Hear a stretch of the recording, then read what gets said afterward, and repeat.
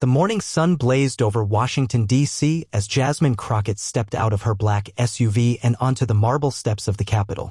She was a firebrand known for her sharp tongue, unfiltered tweets, and unrelenting takedowns of what she called the billionaire tech cabal. And at the top of that list? Elon Musk. Over the past year, Crockett had made headlines calling for a congressional inquiry into tech monopolies, with particular emphasis on X, formerly Twitter. Her argument was simple: no man, no matter how genius, should own the digital public square. Elon Musk predictably had responded with cryptic memes and subtle jabs. But this wasn't Twitter anymore. Today, it was real. She adjusted her blazer, smoothed her afro, and entered the House Oversight Committee hearing room. Today's session was titled, "The Future of Free Speech and Social Responsibility in Big Tech." Seated at the far end of the witness panel, coolly sipping from a Tesla-branded bottle, was Elon Musk himself. Black jacket, white shirt, and an expression somewhere between curiosity and boredom. As Crockett took her seat at the dais, their eyes locked. No nod. No smile. Just silence. Chairman Mike Johnson gavelled the hearing to order. This committee convenes today to examine the practices of tech giants and their influence on American discourse. One by one, tech CEOs gave their statements. Sundar Pichai. Mark Zuckerberg. Tim Cook via satellite. Then Elon. Musk leaned forward, elbows on the desk. Thank you, Chairman.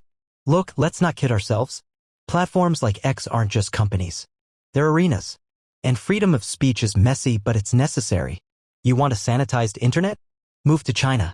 Murmurs ran through the room. Jasmine Crockett's mic clicked on. Mr. Musk, she said, voice steady, you speak as though your personal interpretation of free speech is sacrosanct.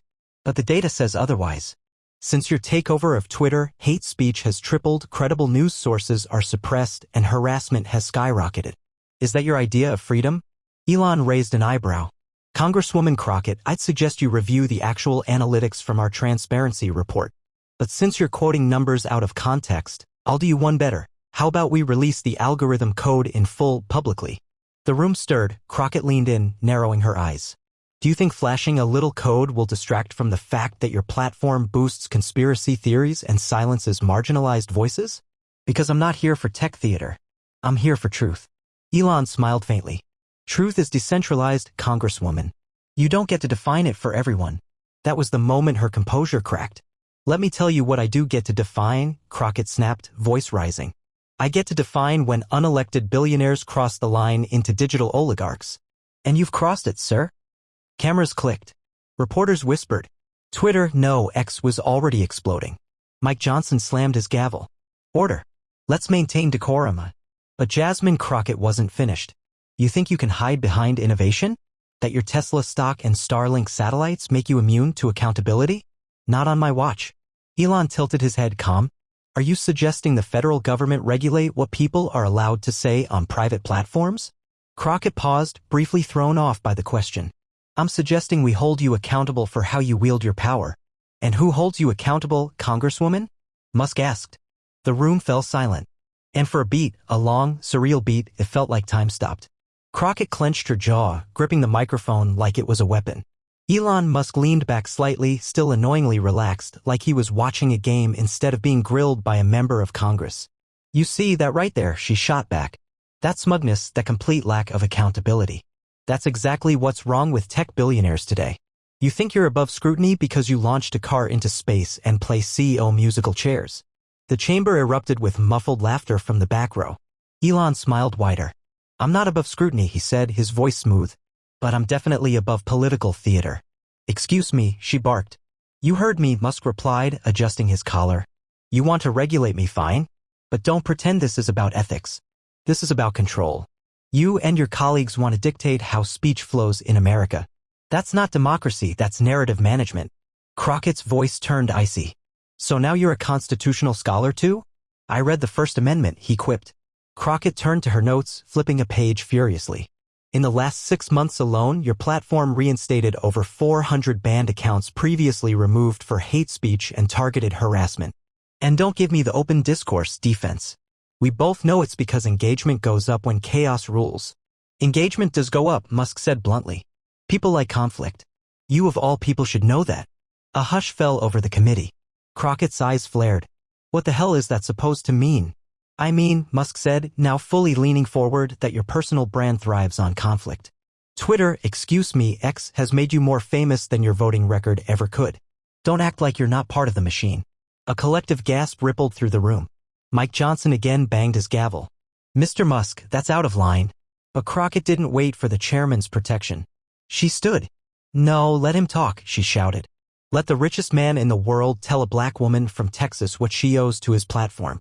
Elon opened his mouth, but she cut him off. I was organizing protests when you were making flamethrowers for fun. I've stood in front of riot cops.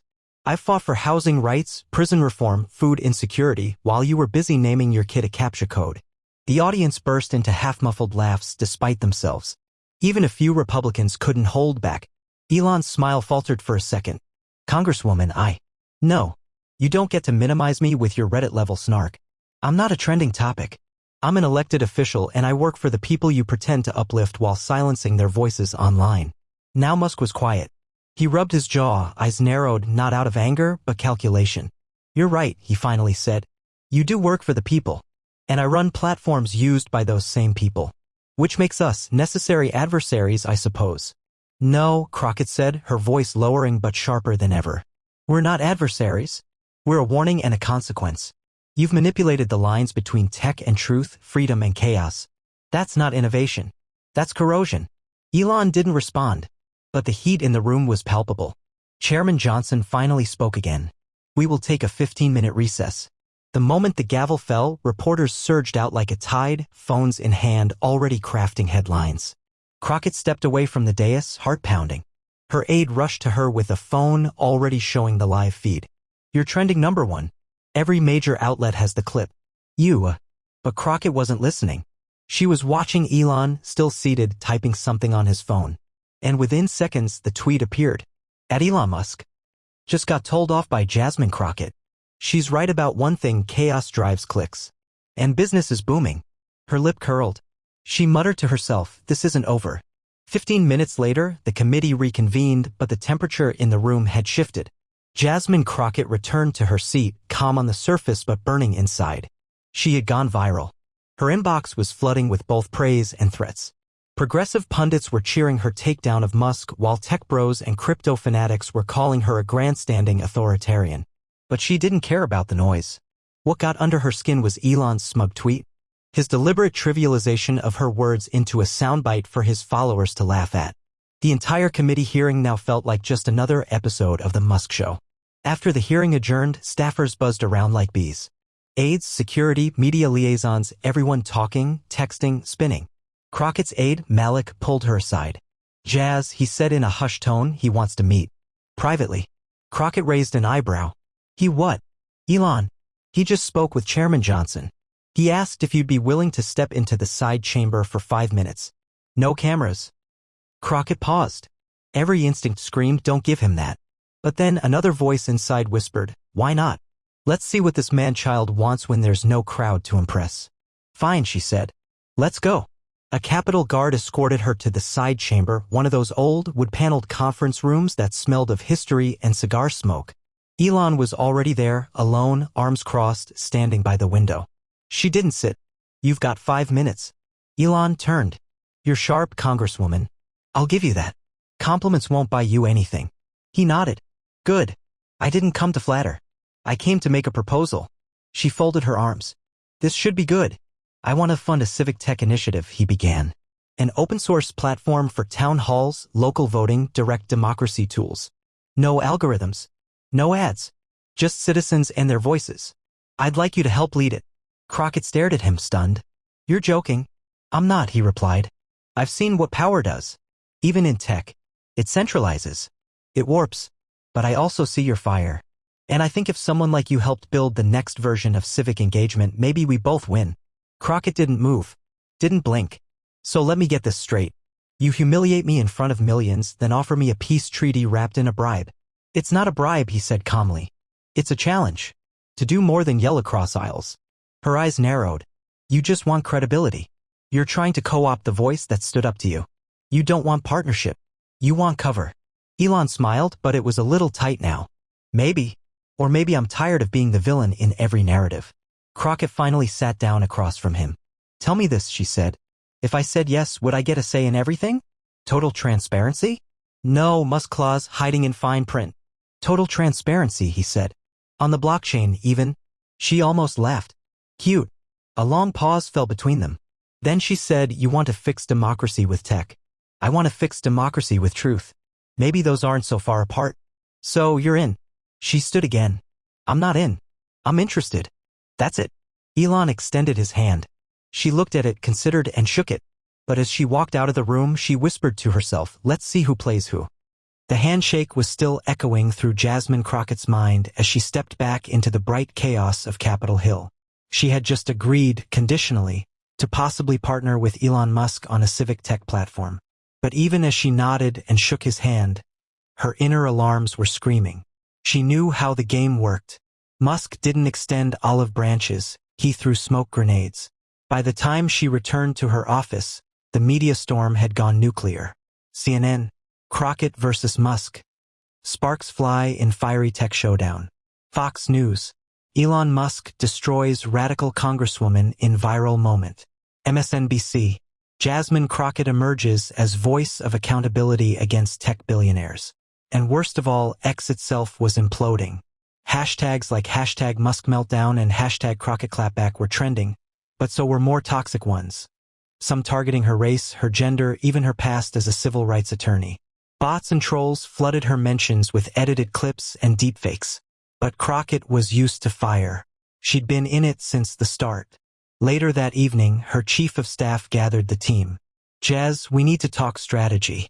That private meeting with Musk? It leaked. Someone caught a blurry hallway shot.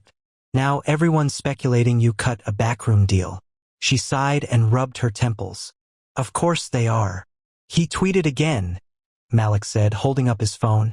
Just now. At Elon Musk. Great meeting with at Jasmine for US. Spirited. Sharp. Honest. Maybe we can fix democracy together. More soon.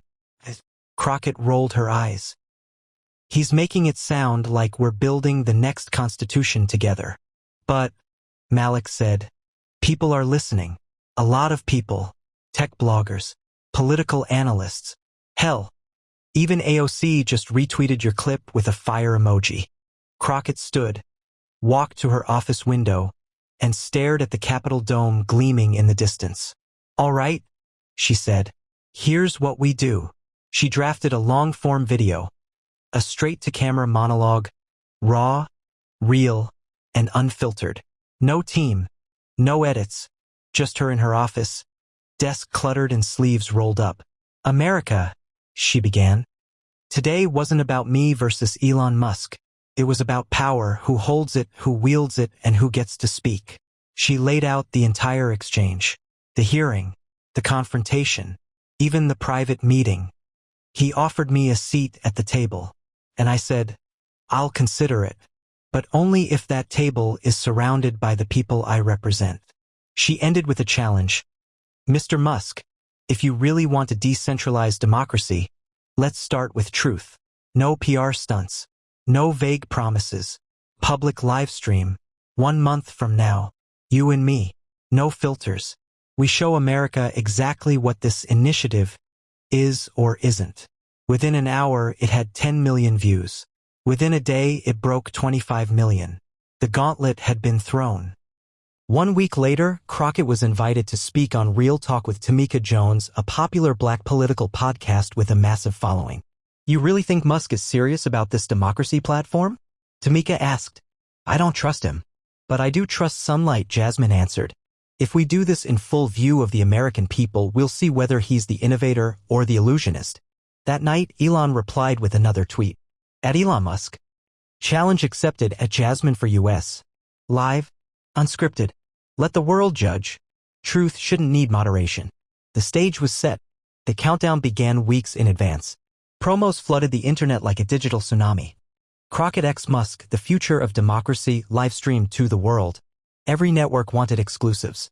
Netflix offered a last-minute bid to license it as a documentary. Even Joe Rogan joked on his podcast, this is like Ali versus Frazier, but with Wi-Fi. Crockett didn't laugh. For her, this was not entertainment. She spent days preparing not for a fight, but for the facts. Her team built a research dossier so thick it had its own table of contents. She wasn't just ready to clap back. She was ready to build forward. Meanwhile, Elon did Elon. He teased the event with cryptic memes. He posted clips of himself with developers working on the civic tech prototype, some open-source interface with blockchain ID and real-time town hall voting. He even live-streamed a walk through a Tesla factory with the caption, "Innovation doesn't wait for permission." Some saw genius. Others saw distraction. Then finally, the day arrived. A soundstage in Austin. 2 chairs. 2 microphones. No moderators. No scripts. Just a camera crew, a chat feed, and over 80 million live viewers. Elon walked out first in his usual black on black. No tie. Cool, confident. Then Jasmine Crockett entered. All business. Crisp white blazer. Fierce stare. The room buzzed with anticipation. They shook hands. No smiles. The cameras rolled. "Good evening, America," Jasmine began. "We're here because too much of your life is shaped by algorithms you don't control and billionaires you didn't elect." Elon chimed in, "And we're here because gatekeepers like you want to turn the internet into cable TV with a fact-checker for every sentence." Crockett turned to him. "So let's get into it. This platform you're proposing, no ads, no shadow bans, no tracking. Sounds great. But where's the funding coming from?" "My wallet," Elon said bluntly. "I already spent $44 billion on Twitter. What's another 2? And control?" she asked. "Who governs it?" "You." "No. It'll be run by a rotating citizen board. Like a jury. People get selected randomly." Crockett's eyes narrowed. "And when someone posts hate speech, calls for violence, they get flagged by other users," he said. "A reputation-based system filters it. Think of it like Wikipedia meets Reddit meets the US Constitution." She nodded slowly. "Okay. Let's say it works. Now tell me, why are you really doing this?" Elon paused. "I'm tired of seeing humanity self-destruct over tribal narratives," he said. "And if I can build electric cars and send rockets to Mars, maybe I can build something that actually brings people together." A surprising silence filled the air. Then Jasmine said, "You're not wrong about the tribalism. But democracy isn't just about technology. It's about trust. And you haven't exactly earned that." "That's why I'm here," he replied. The conversation deepened. They debated algorithms, net neutrality, deepfakes, campaign finance, even AI regulation. Crockett challenged every claim. Musk deflected, joked, recentered. But every now and then, rarely, he conceded. "Fair point," he said once. "Didn't think of it that way." And toward the end, when she asked, "Would you step away from the board if the people demanded it?" he stunned the world. "Yes," he said. "If that's what the people vote for, I'm gone." The livestream ended with neither side declaring victory. But America had seen something rare, 2 opposing forces engaging, not canceling. Fighting hard, but thinking harder. Polls showed an unexpected outcome. 49% of viewers sided with Crockett. 36% sided with Musk. But 82% said they respected both for showing up unfiltered. And more shockingly, the prototype civic platform crashed from overwhelming interest. People wanted in. Crockett was offered a permanent role as public oversight advisor. She accepted with full transparency and 0 compensation. Elon posted one last tweet that night. "At Elon Musk. We didn't agree on much. But Jasmine Crockett pushed the hardest questions. Maybe that's what democracy needs most. Not peace, but pressure." Jasmine responded with her own post. "At Jasmine for US. I don't trust billionaires. But I trust people. Let's keep them watching. Let's keep them voting. Let's keep them loud. Democracy isn't built in code, it's built in conflict." And somewhere in the digital void, 80 million Americans quietly nodded. Not in agreement, but in attention.